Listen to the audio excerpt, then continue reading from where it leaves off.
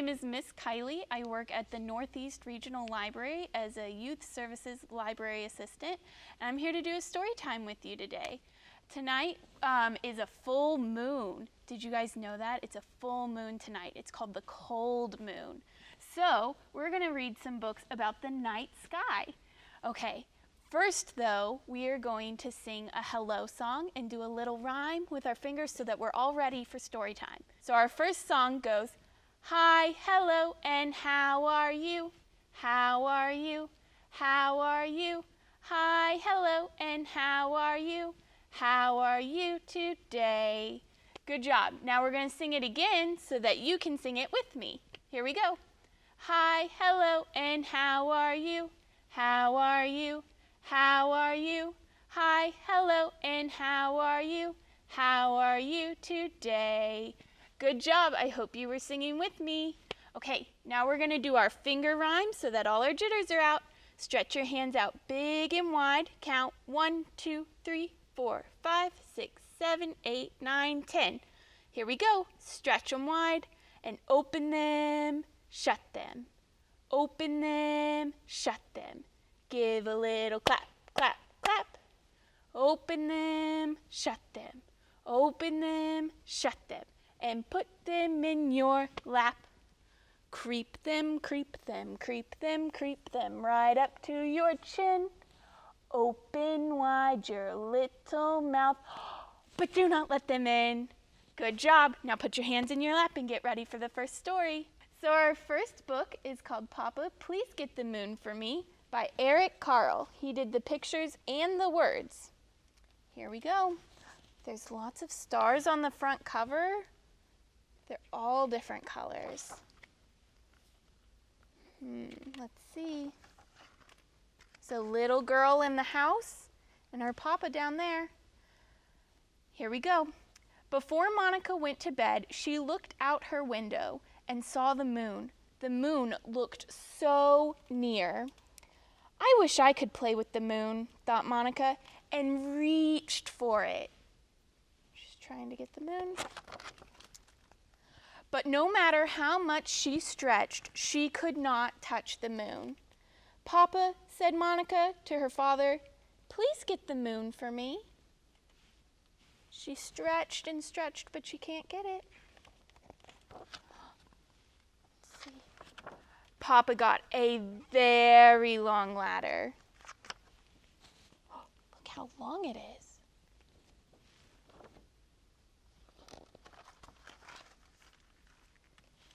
He carried the very long ladder towards a very high mountain.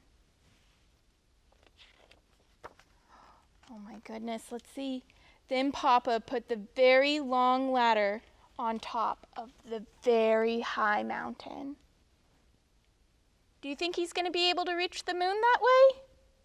Let's see. Up and up and up he climbed. There's the moon. Finally, Papa got to the moon.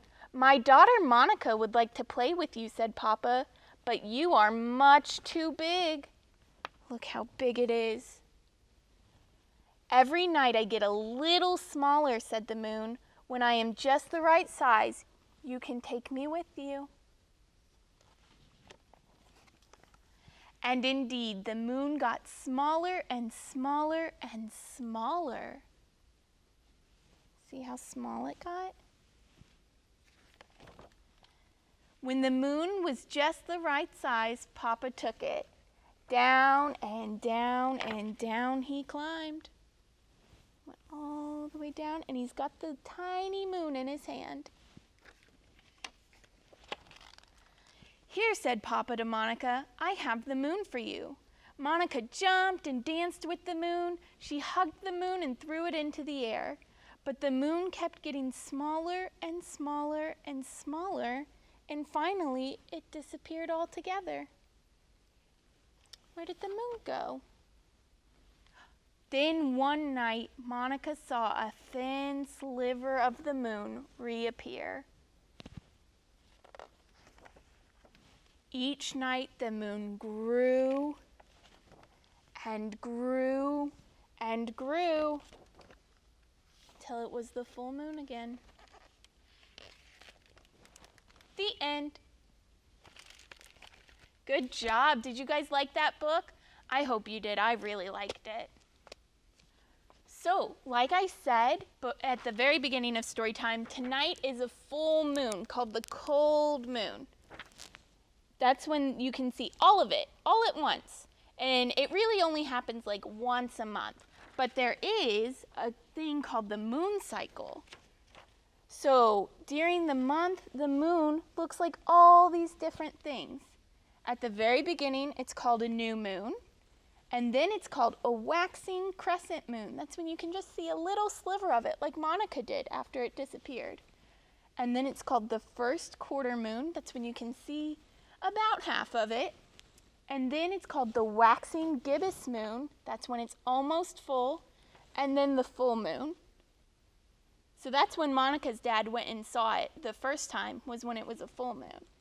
And then it got smaller and smaller, so it was then the waning gibbous moon, and then the last quarter moon, and then the waxing crescent moon. That's the moon cycle. It gets bigger and bigger and bigger, and then smaller and smaller and smaller.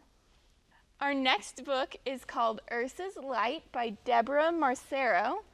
And this book is not necessarily about the stars and the moon, but it is about a little bear named Ursa, which is the name of a constellation, which is a group of stars, and she wants to do something really exciting. So we're going to see what she does. There's little Ursa. And look at this page. She's standing behind heavy curtains. We're going to see why she's behind those curtains. Here we go. There were all the bears, and then there was Ursa. Ursa liked to imagine anything was possible. Everybody's making regular paper airplanes, and she's making a really fancy one that kind of looks like a flying castle. Here she is. She dressed up as the sun for her solar system. And one night, her imagination sparked an idea. The idea was a wild thing. It stirred her imagination. It invaded her dreams. What is she doing? Oh no. When Ursa woke up, she sprinted around the apartment, jumped on the furniture, and reached for the sky. Then with a booming voice, she declared, "I am going to fly." Do bears usually fly? Let's see what her parents think. Her parents were worried. Her mom said, "You'll fall and get hurt."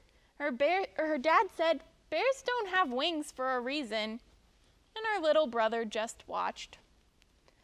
Her friends were skeptical. "Oh no, ha ha, absurd. Silly Ursa." Still, Ursa believed, so every day she watched things in the world that could fly. "I just know it's possible," she would say out loud to anyone, "and I am going to prove it." See, there's little Ursa, and she's watching the birds fly. She's studying them. She took notes on the pigeons in the park and designed a kind of flying suit. But it didn't quite work out. She fell down there. She noticed that dandelion seeds would lift off like tiny rockets, so she built her own. But that didn't quite work out either. She saw that bats would swoop and glide like graceful shadows. Ursa! She's dressed as a bat. Nothing seemed to work. Just when she thought, maybe it's true, maybe I can't, her baby brother pointed toward a big oak tree. There's a sign on the tree, and it says, "Be a comet in the cosmos. Needed. A shooting star. 10 a.m. auditions tomorrow, Central Park Outdoor Theater. Come fly with us." That night, Ursa could barely sleep. The next day at the tryout, when her turn came, Ursa remembered all the times she was frustrated and all the times she failed. There's so many bears there to audition. But there's Ursa. She's dressed for the part. She channeled the strength of the pigeon, the lightness of the dandelion seed, the agility of the bat, and a huge internal roar into the most dynamic shooting star anyone had ever seen. Needless to say, she got the part. Opening night of the cosmos. Her brother glowed, her parents beamed, her friends cheered. And Ursa's spirit soared. She got to be a flying star after all, didn't she? That's such a good book. Now we're going to talk about the constellations. So this constellation is called Orion. Orion is one of the easiest constellations to see in the winter sky. You can find him by looking for the 3 stars that make up his belt. They're in a line. And the 2 brightest stars in Orion are Betelgeuse and Rigel. They make up his shoulder and his foot. And Orion is named after a hunter in Greek mythology. That's why it looks like he has a bow that he's shooting. You can look for this constellation tonight and any other of the ones that you want to look up. There's tons of them that you can see in the winter sky. Now we're going to do a flannel board rhyme about the stars in the sky. So here we go. 5 bright and shining stars up in the dark night sky, glowing as brightly as they can. 1 star disappears from sight as the sun brings its warm light. Now there are 4 bright and shining stars. 4 bright and shining stars up in the dark night sky, glowing as brightly as they can. 1 star disappears from sight as the sun brings its warm light. Now there are 3 bright and shining stars. 3 bright and shining stars up in the dark night sky, glowing as brightly as they can. 1 star disappears from sight as the sun brings its warm light.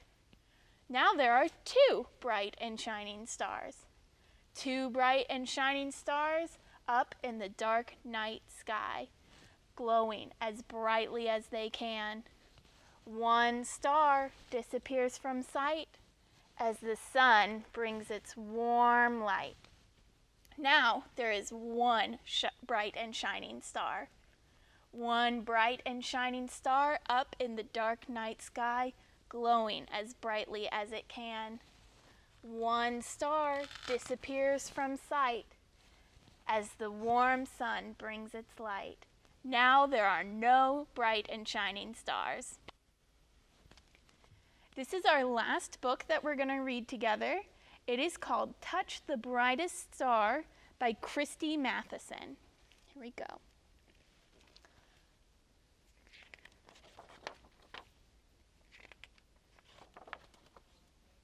Look at that.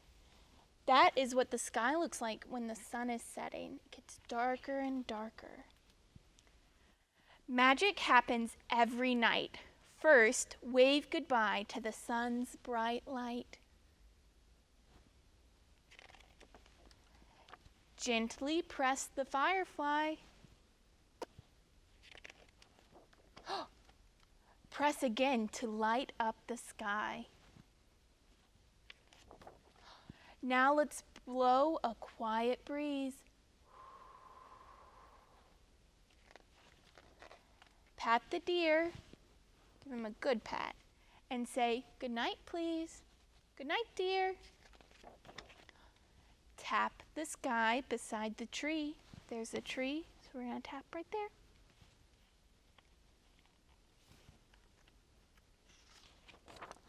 Make a wish and count to 3. 1, 2, 3. Did you make your wish? Swipe the sky from left to right. Wow! Now blink your eyes.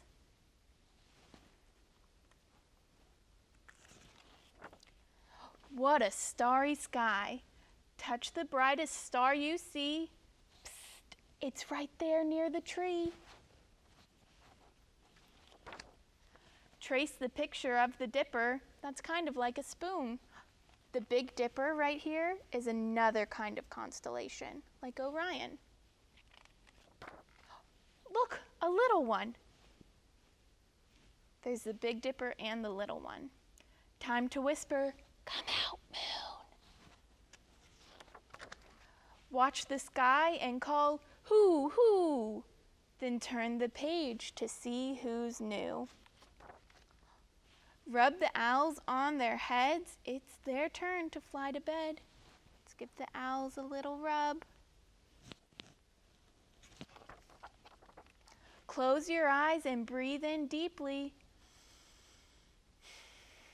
Nod your head if you feel sleepy. A little bit.